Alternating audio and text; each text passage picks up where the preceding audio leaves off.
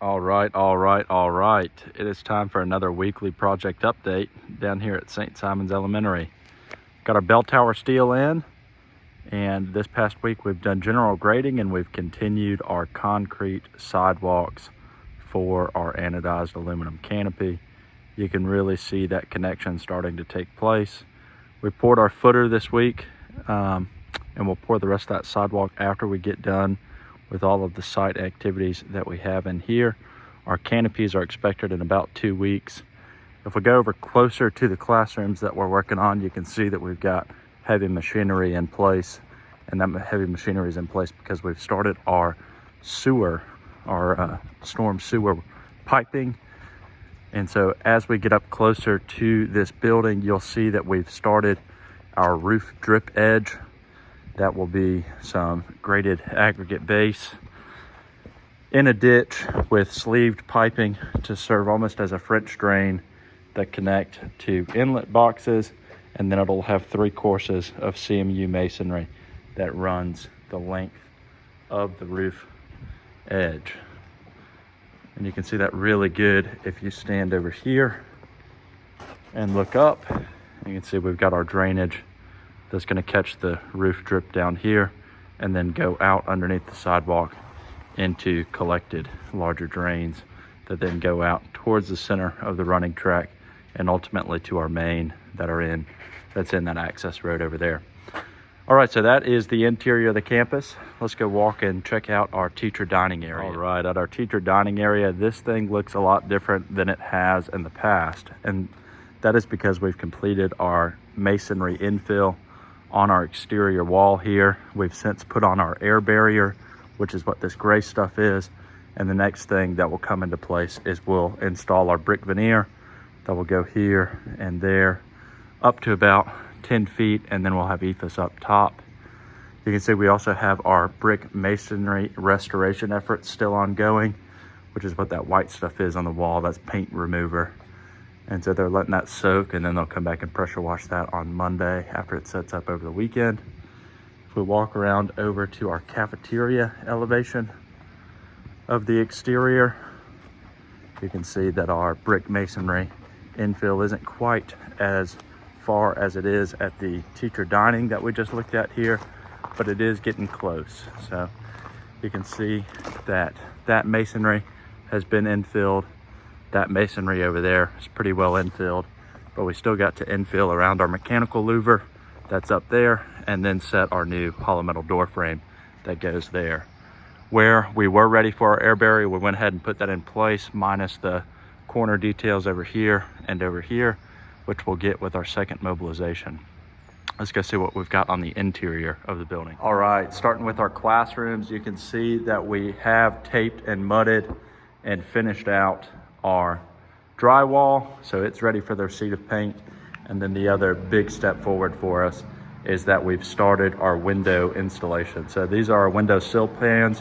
These are 5 inches, and then our storefront system will be installed within them. And that's critical for us. Once we get our windows in and our glass in, then we can start thinking about things like conditioned air and starting our finishes. So that's what the classrooms look like. If we walk over here to our connecting corridor, you can see that it is in good shape too, although its drywall is not necessarily complete. We've taped and mudded, but we haven't finished it out yet.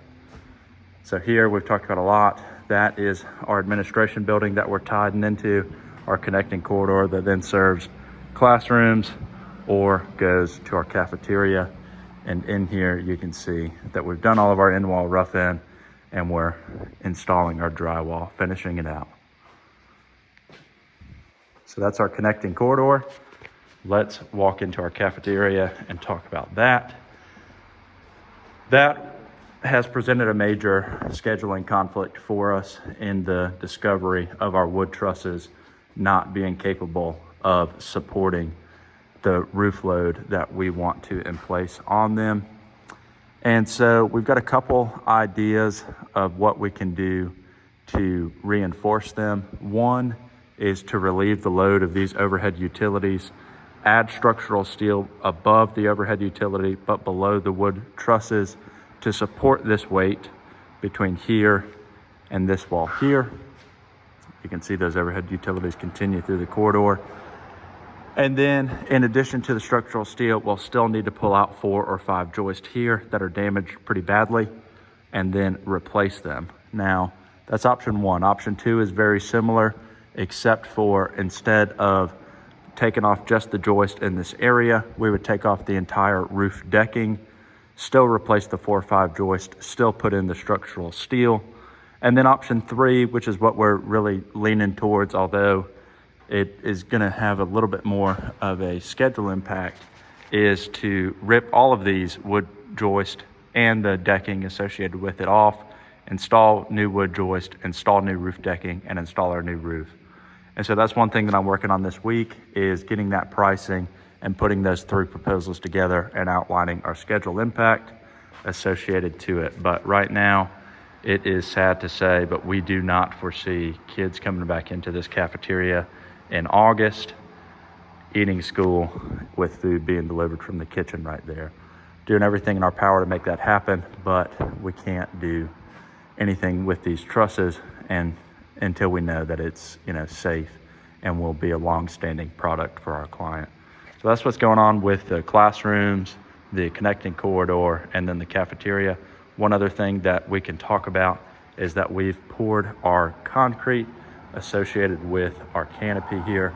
And here in the next week, we hope to have a framer on site for him to start the rough carpentry for that canopy there, and then also for this canopy here. And so these things will be really cool. Whenever we're done with them, they'll have a steel column structure, just like that over there. They'll get those plywood rafters, plywood decking, and then tongue and groove underneath. It should be a really good looking product. So that's what's going on with St. Simon's.